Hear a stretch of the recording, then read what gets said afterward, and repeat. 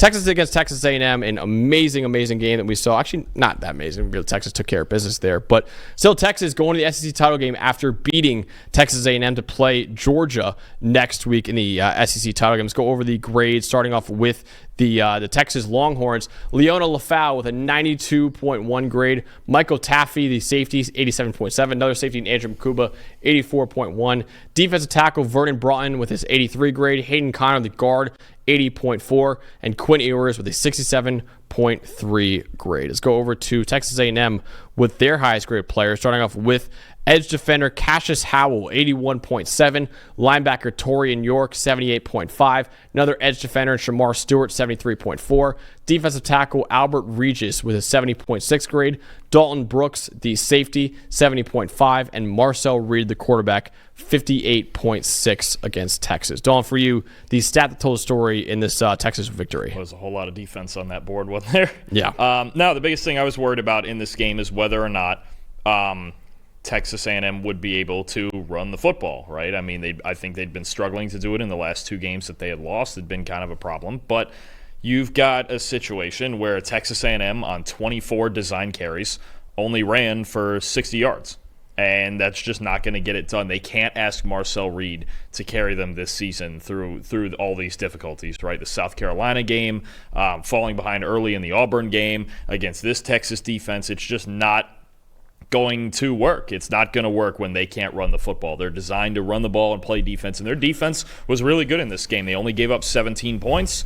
They held Texas run game, especially in the second half, I thought. They didn't let Texas run away with it, even when it was 17-0 at halftime. They pitched a shutout and scored 7 points on defense in the second half. Their defense was good enough to win this game. Their offense obviously wasn't. One forced missed tackle as a team on the ground. That was Marcel Reed. One explosive run. That was Marcel Reed. In fact, nobody other than Marcel Reed had a run longer than 5 yards. No, but not running backs, receivers on jet sweep, any of that. That was the longest run that a non-Marcel Reed player had, was 5 yards. Jeez. They just never – Texas dominated the trenches. They never let them get it going on the ground, and we know A&M really wants to win on the ground. Didn't happen. 60 designed rushing yards, 2.5 per carry. Jeez, man. Can't have it. Yeah, you can't. And I guess Texas defense, which my set the whole story, Texas 90.4 defensive grade in this victory. The 90.3 run defensive grade that you just talked about, and a 90 coverage grade as well for Texas. Only 4.3 yards per play allowed, negative .335 EPA per play. Right now, Dalton, on the season, they have a 94.5 team defense grade. That's the best in college football right now. If this team is going to win the SEC, and if this team is going to win the national championship, it'll be because of this defense. When a lot of people thought going into the year, because of Quinn Ewers and the amazing O-line and the receivers, the defense, even our preview of Texas, we said, defense is like, we'll see, because they lost some key pieces there. No, this is the best defense college football looks like right now. They are dominating it right now in college football. And Dawn, one guy we've not talked about enough, Pete Kwiatkowski, the defensive coordinator for Texas, because Steve Sarkisian obviously is an offensive guy. He has done a masterful job this year. When a lot of people thought the Texas defense going into it could be their kryptonite, it's been the best in the nation, and then what's been their biggest driving force to the SEC title game and to maybe the number 2 ranking in college football right now, I think he deserves serious Bros Award consideration right now. He has done an amazing job with this defense. I see 4 defenses in college football that are great at all 3 levels. Okay, Texas, Ohio State, they didn't lose because of their defense. No. South Carolina, and Notre Dame. Those are the 4 defenses I see that are spectacular at all 3 levels of their defense. I think they're the 4 best defenses in college football. I think Penn State's right along there with it. Sometimes I have a little question about their secondary, especially obviously they haven't played with Kevin Winston all year, so but Penn State's really dangerous too. But those are the 4 that I feel confident are spectacular at all 3 levels. Texas may have the best defense in college football. It may carry them to a national title. I think they are capable of carrying this team as long as the offense doesn't make too many mistakes. I think this defense could carry them all the way.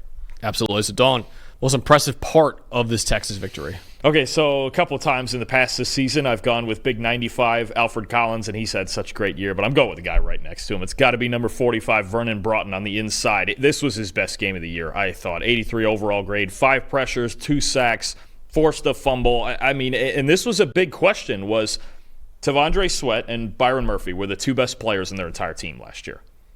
Both of them get drafted. And now you've got Alfred Collins and Vernon Broughton on the inside now. And we're getting to a point where there's not really a significant drop-off. And you're talking about two guys that went in the top 50 of the draft. They're dominating teams in the trenches. The transfer guys they got in the secondary have dominated. Andrew Makuba has been amazing. They're great at linebacker with Anthony Hill, right? It's safety with Michael Tapp. I mean, they're just loaded on defense. If you're going to beat this team, you're going to get yourself in a defensive battle, and you're probably going to have to beat them 24-20 because you're not scoring much more than that. No, absolutely. He was outstanding yesterday. Let's go with an offensive player. It wasn't really an offensive game, but I'll go with an offensive player here. Contravion Wisner against Texas A&M had 186 rushing yards, 145 yards after contact. He broke 9 tackles as well, 4.4 yards after contact against a very strong run defense, and on 33 carries as well. So he had a lot of carries, and he still was breaking a lot of tackles, and he never really slowed down, even as the game wore on, honestly. Also 2 catches for 21 yards. We talked about before with C.J. Baxter, when he got hurt preseason and he's out for the entire year, the starting running back. We're like, oh boy, this Texas run game could be a problem. And at times it has been this year. But with Wisner playing as well as he did yesterday, and with Quinn Ewers continuing to struggle, this is a problem now. The Quinn Ewers thing is become a really big problem for Texas as they head into the SEC title game and the college football playoff as well. But if you have that defense and you got a run game you can rely on with Wisner, you can overcome, not great quarterback play, which is what Quinn Ewers has provided for the last several weeks of the entire season. But Contravion Wisner was great, and I think that he was a big part of why Texas was able to win this game. That'll be the question.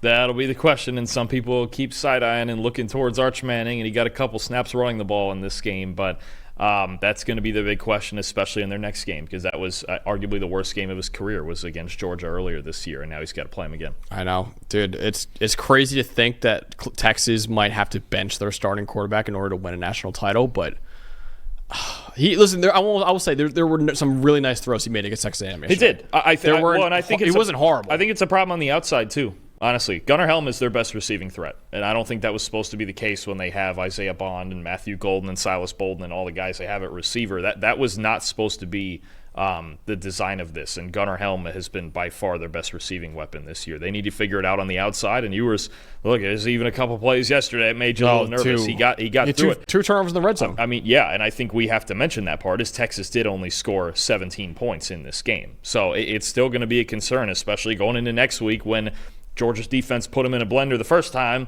and right now I don't know that they've given us a whole lot of reason to believe offensively that they won't do it again. We could see, honestly, on both sides, we could see a very low-scoring game. I think so. I think it could be a really low-scoring game. So that's going to be a really fun game next week with Texas going on to play Georgia in the SEC title game. Hey, thanks for watching another episode of the PFF College Football Show. Please make sure you guys subscribe to the channel. Also, subscribe to PFF Plus at subscribe.pff.com for all of the same data and grades that we use in our show, plus fantasy tools, betting tools, and our mock draft simulator.